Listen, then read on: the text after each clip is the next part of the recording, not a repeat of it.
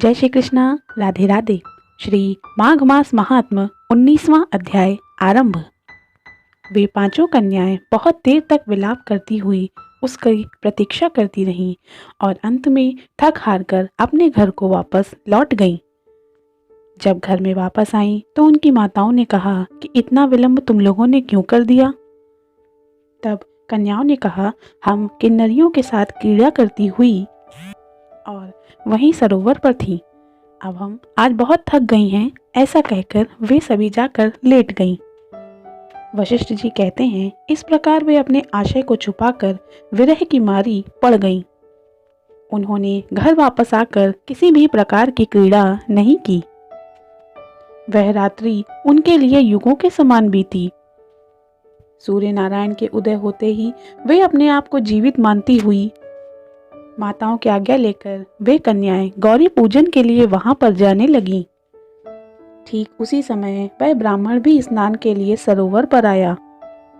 उसके आने पर कन्याओं ने वाह वाह किया, जैसे कमलिनियों का संवाद प्रातः काल सूर्योदय के होते ही होता है। उसे देखते ही उनके नेत्र खुल गए और वे सभी उस ब्रह्मचारी के पास चली गईं। उनने आपस में एक दूसरे का हाथ पकड़कर उस ब्रह्मचारी को चारों तरफ से घेर लिया और कहने लगी कि मूर्ख, उस दिन तो तुम भाग गए थे, लेकिन आज नहीं भाग सकते। आज हमने तुम्हें घेर कर रखा है। ऐसे वचन सुनकर बाहुपाश में बंधे हुए ब्राह्मण ने ये कहा, तुमने जो कुछ भी कहा वह सब ठीक है, लेकिन मैं तो अभी विद्याभ्यासी और ब्रह्मचारी हूँ। गुरुकुल में मेरा विद्या अभ्यास अभी पूरा नहीं हुआ है। पंडित को चाहिए कि वह जिस आश्रम में रहे उस आश्रम के नियमों का पालन करे, और इस आश्रम में मैं विवाह करना अपना उचित धर्म नहीं समझता।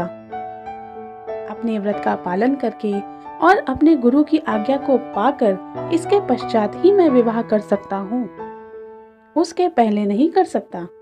यह बात सुनकर वे कन्याएं इस प्रकार प्रसन्न होकर बोली जैसे वैशाख मास में कोयल बोलती है।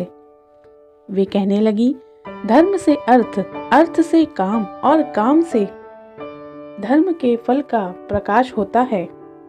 ऐसा ही पंडित और शास्त्र कहते हैं।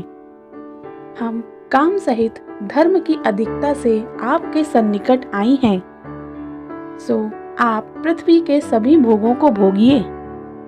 उस ब्राह्मण ने कहा कि तुम सबका वचन सत्य है, किंतु मैं अपने व्रत को समाप्त करने के पश्चात ही विवाह कर सकता हूँ, उसके पहले नहीं कर सकता। इस पर वे कन्याएं कहने लगी कि तुम मूर्ख हो।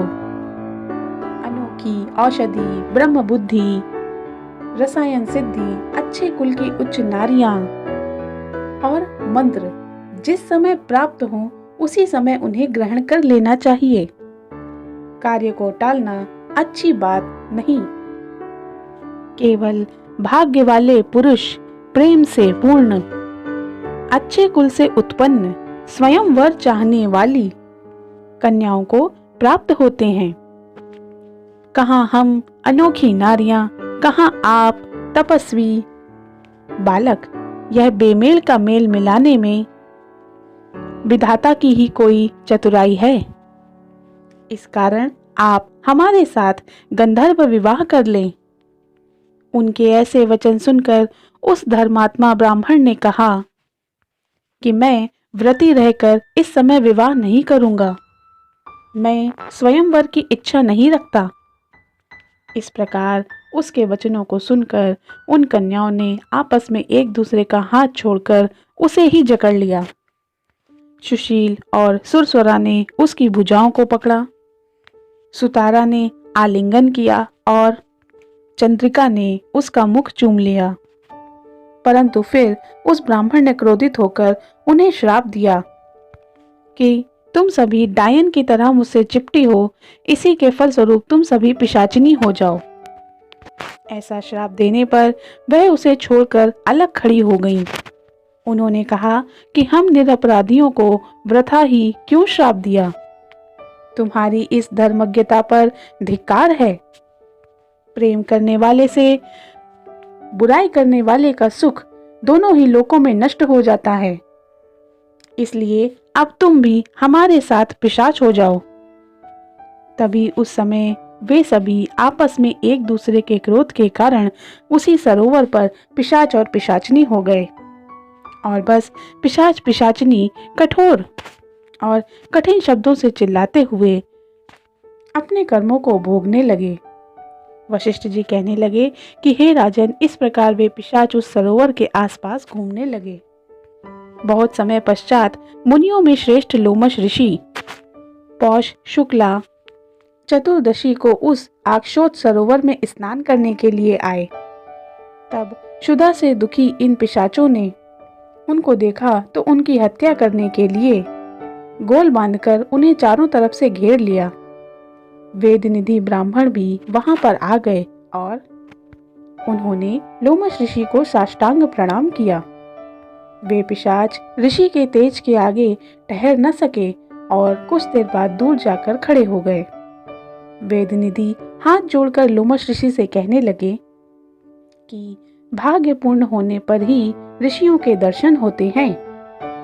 फिर उन्होंने गंधर्व कन्याओं और अपने पुत्र का परिचय देकर सारा वृत्तांत लोमश ऋषि से कह सुनाया और कहा कि हे मुनिवर, ये सभी आपस के क्रोध के कारण आपसी श्राप में मोहित होकर आपके सम्मुख खड़े हैं। आज इन बालकों का निस्तार होगा, जैसे सूर्योदय के होने पर अंधेरे का नाश हो जाता है।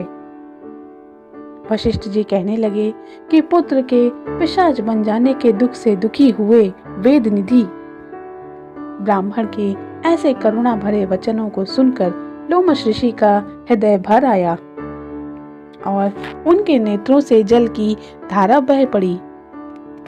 इसके बाद लोमश ऋषि ने वेद निधि से कहा कि मेरे प्रसाद के फलस्वरूप इन बालकों में शीघ्र ही स्मृति की पैदा होगी। अब मैं उनका धर्म तुमसे कहता हूँ, जिससे इन सभी का आपसी लड़ाई झगड़ा द्वेष और अज्ञानता विलीन हो जाएगी तथा ये सभी ज्ञान रूपी प्रकाश की ओर अग्रसरित होंगे। मेरी यह भी कामना है कि इन्हें इनके शापों से ही आपसी क्रोध और उनके फलस्वरूप मिले इस पिशाच रूप से मुक्ति अवश्य ही मिले। यह सब सुनकर दयानिधि के मन में अत्यंत ही प्रेरणा का भाव भर गया। इति श्री माघ मास महात्म्य 19वां अध्याय समाप्त। जय श्री कृष्ण।